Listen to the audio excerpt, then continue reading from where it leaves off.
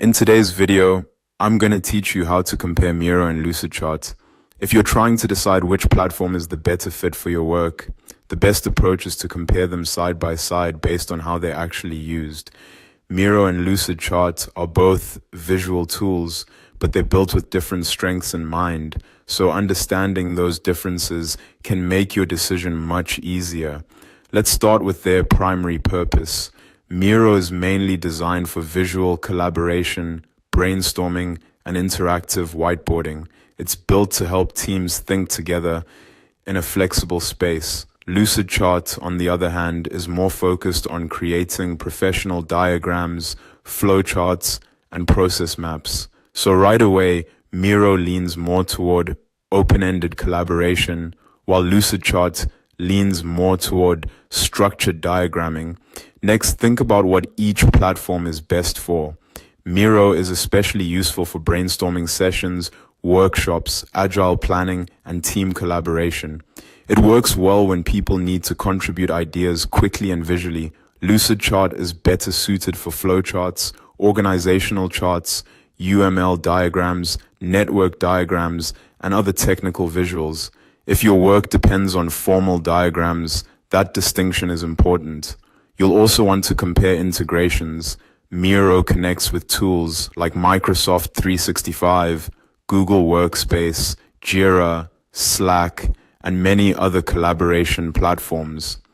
Lucidchart also integrates with Microsoft 365, Google Workspace, Atlassian products, Slack, and other business applications.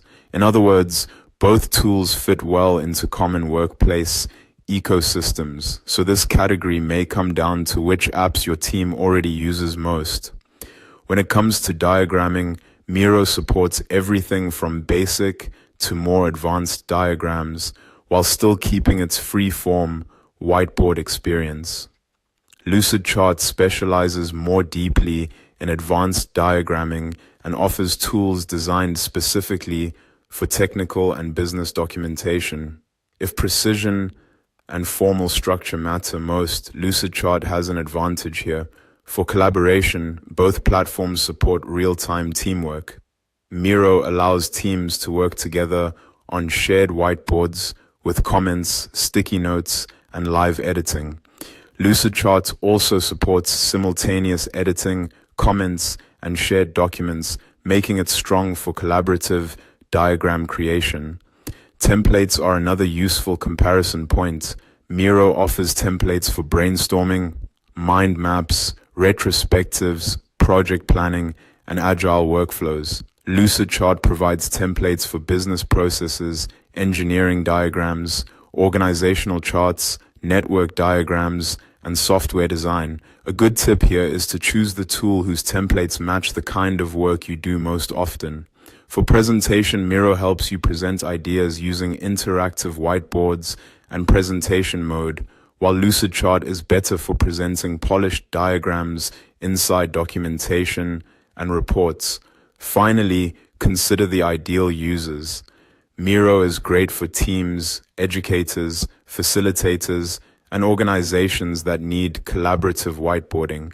Lucidchart is ideal for business professionals, engineers, IT teams, and anyone who regularly creates detailed technical or business diagrams.